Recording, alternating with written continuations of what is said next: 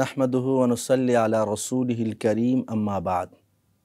কাছে ও দূরে, দেশে ও বিদেশে, বিশ্বের বিভিন্ন প্রান্ত থেকে যারা আমাদেরকে দেখছেন বা শুনছেন, সকলকে সময়ের বিশেষ আয়োজন ইফতারের দোয়ায় স্বাগত জানাচ্ছি। রমজানুল মুবারকের আজকে 12 রোজা চলছে, কিছু পরেই ইফতার করব ইনশাআল্লাহ। আল্লাহ রব্বুল আলামিন রমজানুল মুবারকের রোজাকে আমাদের উপরে ফরজ করে দিয়েছেন। এ বিষয়ে কুরআনুল কারীমের মাঝে সূরা বাকারার 183 নম্বর আয়াতের মধ্যে আল্লাহ বলেছেন, ইয়া আইয়ুহাল্লাযীনা আমানু কুতিবা আলাইকুমুস সিয়ামু কামা কুতিবা আলাল্লাযীনা মিন ক্বাবলিকুম লাআল্লাকুম তাত্তাকুন। আল্লাহ পাক এই আয়াতের মাঝে বলেছেন যে তোমাদের উপরে রমজানুল মুবারকের রোজাকে আমি ফরজ করে দিয়েছি, কামা কুতিবা আলাল্লাযীনা মিন ক্বাবলিকুম, যেমনভাবে তোমাদের পূর্ববর্তী উম্মতের উপর ফরজ করে দিয়েছিলাম।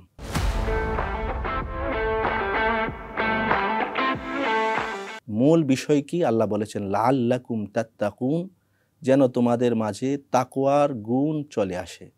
তাকওয়া অর্থ হচ্ছে আল্লাহর ভয়, আল্লাহর ডর অন্তরে চলে আসা, অর্থাৎ আল্লাহর বিধান মতে নিজেদের জীবনকে পরিচালিত করা।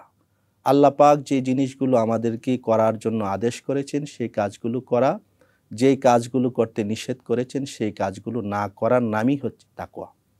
এজন্য হাদিস শরীফে এসেছে, ইবনে মাজাহ শরীফের হাদিস, হযরত আবু হুরায়রা রাদিয়াল্লাহু তাআলা আনহু থেকে বর্ণিত, আল্লাহ রাসূল সাল্লাল্লাহু আলাইহি ওয়াসাল্লাম বলেছেন, রুব্বা সাইমিন লাইসা লাহু মিন সিয়ামিহি ইল্লাল জু।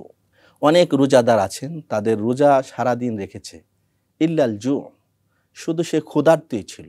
রোজার যে মূল উদ্দেশ্য তাকওয়া অর্জন করা, সেই কাজগুলো না করার কারণে তার শুধু ক্ষুধার্ত থাকা ছাড়া আর কিছুই পায়নি। কেন এগুলো হয়?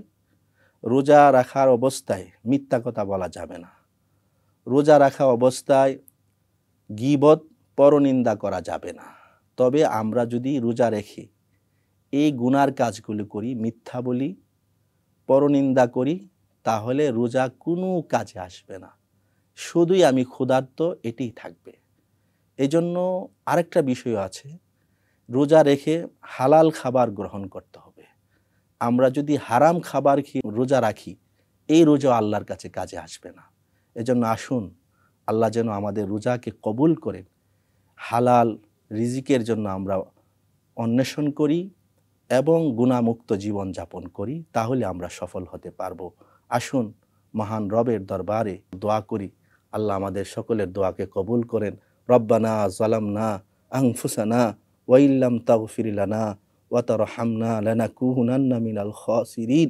ইয়া ওয়াসিআল ফাজলি ইগফিরলি, ইয়া ওয়াসিআল ফাজলি ইগফিরলি, রব্বির হামহুমা কামা রব্বায়ানি সগীরা, রব্বির হামহুমা কামা রব্বায়ানি সগীরা, ইয়া ওয়াসিআল ফাজলি ইগফিরলি, ইয়া ওয়াসিআল ফাজলি ইগফিরলি। ওগো আল্লাহ, ওগো মাবুদ, রমজানুল মুবারকের 12 রোজা রেখে তোমার শাহী দরবারে হাত উঠিয়েছি। ইয়া আল্লাহ, দোয়া কবুলের মুহূর্তে আমাদের সকলের দোয়াকে আপনি কবুল করেন। ইয়া আল্লাহ, এই রোজার উসিলা আমাদের গুনাহগুলো মাফ করে দেন, আমাদের আম্মা আব্বার গুনাহ খাতাগুলো মাফ করে দেন, আমাদের সন্তানদের গুনাহ খাতাগুলোকে মাফ করে দেন, পুরা মুসলিম উম্মার গুনাহ খাতাগুলোকে মাফ করে দেন। আল্লাহ, আপনি আমাদের সকলের হায়াতে বরকত দান করেন, আমাদের রিজিকে বরকত দান করেন। আল্লাহ, হঠাৎ মৃত্যু থেকে আমাদেরকে হেফাজত করেন, দুর্ঘটনার মৃত্যু থেকে হেফাজত করেন, সমস্ত রোগবালা মুসিবত থেকে আমাদেরকে হেফাজত করেন। ইয়া আল্লাহ, রমজানুল মুবারকে যেভাবে তাকওয়া জিন্দিগি নিয়ে আমরা চলছি, আল্লাহ বাকি 11 মাসে যেন চলতে পারি সেই তৌফিক দান করেন। আল্লাহ, রমজানুল মুবারকের মূল বিষয় তাকওয়া। ও আল্লাহ, আপনি আমাদেরকে তাকওয়ার গুণ দান করেন। আল্লাহ, আপনি আমাদের সব কিছুর মধ্যে ইয়া আল্লাহ বারাকা দান করেন। আল্লাহ, আমাদের আত্মীয় স্বজন অনেকে কবরে শুয়ে আছে, আল্লাহ আপনি সবাইকে মাফ করে দেন। আমাদের আব্বা আম্মা অনেকে কবরে শুয়ে আছে, আল্লাহ আপনি তাদেরকে মাফ করে দেন। আল্লাহ, যারা কবরে শুয়ে আছেন সবাইকে মাফ করে দেন। ইয়া আল্লাহ, লাখো লাখো দরুদ ও সালাম প্রিয় নবী হযরত মুহাম্মদ সাল্লাল্লাহু আলাইহি ওয়াসাল্লামের সোনার মদিনায় পৌঁছায়া দেন। ইয়া আল্লাহ সাহাবায়ে কেরাম, তাবিন, তাবে তাবিন, আইম্মে মুজতাহিদিন, পীর, কুতুব, গাউস, আউলিয়া, উলামায়ে কেরাম যারা দুনিয়ার থেকে চলে গেছেন, আল্লাহ তাদের মর্যাদাকে আরো বৃদ্ধি করে দেন। ইয়া আল্লাহ, আপনি যারা রোগী আছে সবাইকে সুস্থতার নিয়ামত দান করেন। ইয়া আল্লাহ, আপনি আমাদের সকলের দোয়াকে কবুল করেন। ওয়া সাল্লাল্লাহু তাআলা আলা খাইরি খালকিহি মুহাম্মাদি ওয়া আলিহি ওয়া আসহাবিহি আজমাইন। আমিন আমিন বিরহমাতিকা ইয়া আরহামার রাহিমিন।